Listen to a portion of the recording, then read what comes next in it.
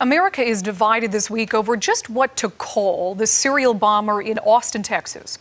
The 23-year-old blew himself up on Wednesday as police closed in. Since the beginning of March, he'd put at least 6 bombs in packages, killing 2, injuring 5 others, and terrorizing an entire city. Some believe his actions should be called just that, terrorism, and that he should be labeled a terrorist. Instead, the acting police chief in Austin described him and his killing spree in this way. He does not at all mention anything about terrorism, nor does he mention anything about hate, but instead it is the outcry of a very challenged young man. A very challenged young man. The reactions to that were swift. Some say he's not being called a terrorist because he's white. This doctored still from a Family Guy episode was shared all over social media, a handy color guide to whether someone is considered a terrorist by our government.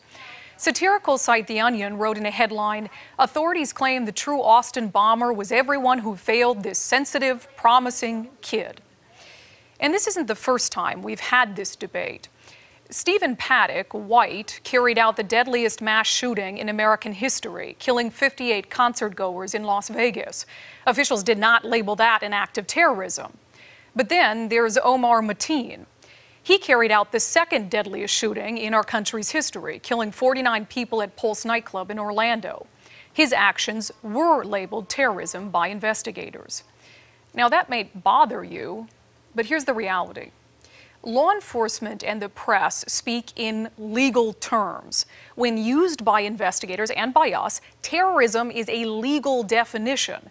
Under the law, terrorism is defined by a violent act intended to intimidate or coerce for reasons that are ideological, political, or religious. Stephen Paddock's motive in Las Vegas is still unclear. So while he certainly terrorized Vegas, legally speaking, the government couldn't call it terrorism. On the other hand, Omar Mateen had pledged allegiance to ISIS, so that fits the definition of terrorism. But if we're going to draw a legal distinction, the government needs to be consistent in how it applies that term.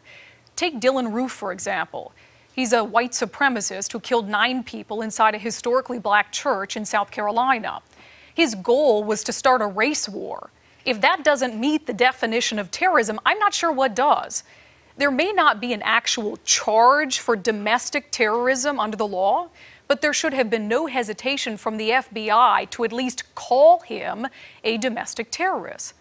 If the government doesn't apply the term consistently, then people are left to wonder if skin color actually is a factor in whether someone is considered a terrorist. Which brings us back to Austin. At this point, there's no clear motive behind the bombings, which makes it difficult for police to call it terrorism. But that doesn't mean this bomber didn't terrorize Austin. You don't need me or the police to tell you that. You can call him a terrorist if that's what you think he is. But let's not get so wrapped up in what to call him or what he did that we lose sight of who he did it to. He took away 2 bright lives. 39-year-old Anthony House was killed while helping his 8-year-old daughter get ready for school after opening a package left on his doorstep. And there's 17-year-old Draylon Mason. He was a classical musician who loved martial arts. He too died after opening a package left at his family's door. As for their killer, he's dead, and you can call him whatever you want. I prefer to call him a sad little coward who took the easy way out rather than face what he had done.